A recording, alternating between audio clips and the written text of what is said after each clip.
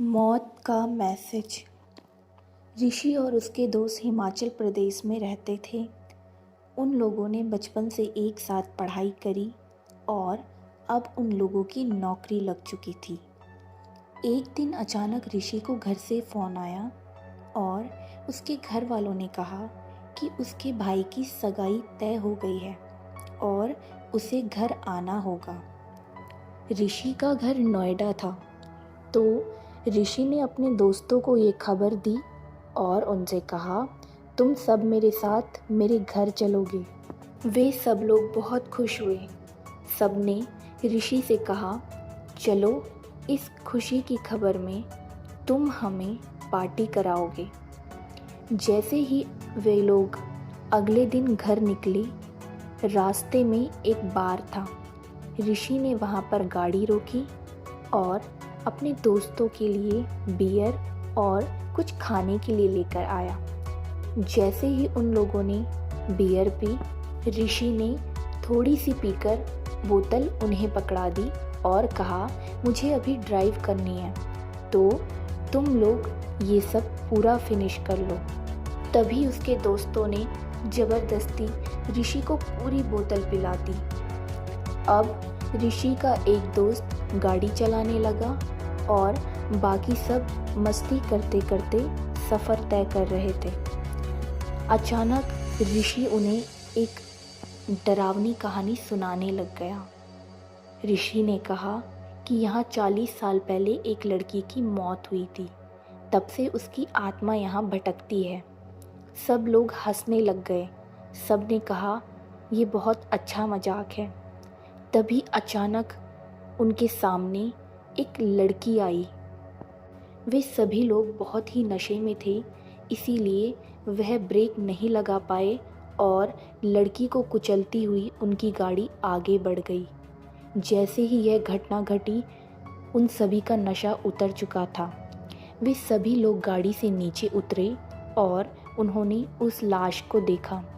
जैसे ही ऋषि आगे बढ़ा, उसके दोस्तों ने उसे पीछे खींच लिया और कहा कि अभी रात बहुत हो चुकी है, अभी हमें किसी ने देखा भी नहीं होगा और यह सुनसान इलाका है।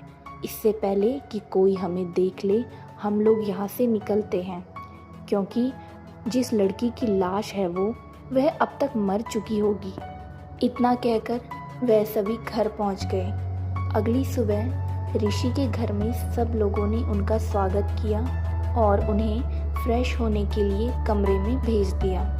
वे सभी लोग कमरे में बहुत चिंतित थे। तभी ऋषि आया।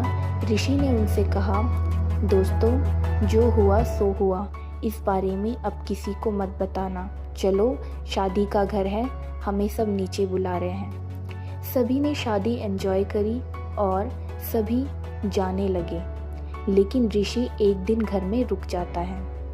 जैसे ही उनके दोस्त आधे रास्ते में निकलते हैं, तभी उनके फ़ोन में एक मैसेज आता है, मैं किसी को नहीं छोड़ूंगी, मैं सबको मार दूंगी और जिसने भी ये मैसेज डिलीट किया, मैं सबसे पहले उसको ख़त्म करूंगी। मैं अपनी मौत का बदला ज़रूर लूंगी। तो उसके दोस्तों ने बोला कि ज़रूर ये ऋषि का मैसेज होगा और वह हमें परेशान कर रहा है। उनमें से 2 लड़कों ने उस मैसेज को डिलीट कर दिया। जैसे ही वे घर पहुँचे, तभी ऋषि का फ़ोन आया कि दोस्तों, मुझे लेने आ जाओ। एक लड़का ऋषि को लेने वापस चले गया। वह दोनों लड़के घर में अकेले थे, जिन्होंने वह मैसेज डिलीट किया था। जैसे ही ऋषि और उसका दोस्त घर पहुंचते हैं, तब तक उनके दोनों दोस्तों का कोई पता नहीं रहता। वे दोनों बहुत घबरा जाते हैं। वे अपने दोनों दोस्तों को फ़ोन करते हैं, लेकिन कोई भी फ़ोन नहीं उठाता। इस बात को 4 दिन हो गए थे। ऋषि और उसका दोस्त बहुत घबरा गए।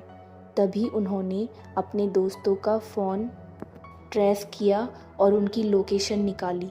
जैसे ही वे वहां पहुंचे, तो उनका फ़ोन और उनकी गाड़ी उसी जगह पर मिली जहां पर उस रात उन्होंने उस लड़की को टक्कर मारी थी।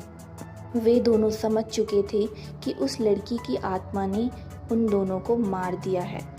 आज भी उनके फ़ोन में वह मैसेज पड़ा है। ऋषि और उसके दोस्त ने डर के मारे वह मैसेज डिलीट नहीं किया।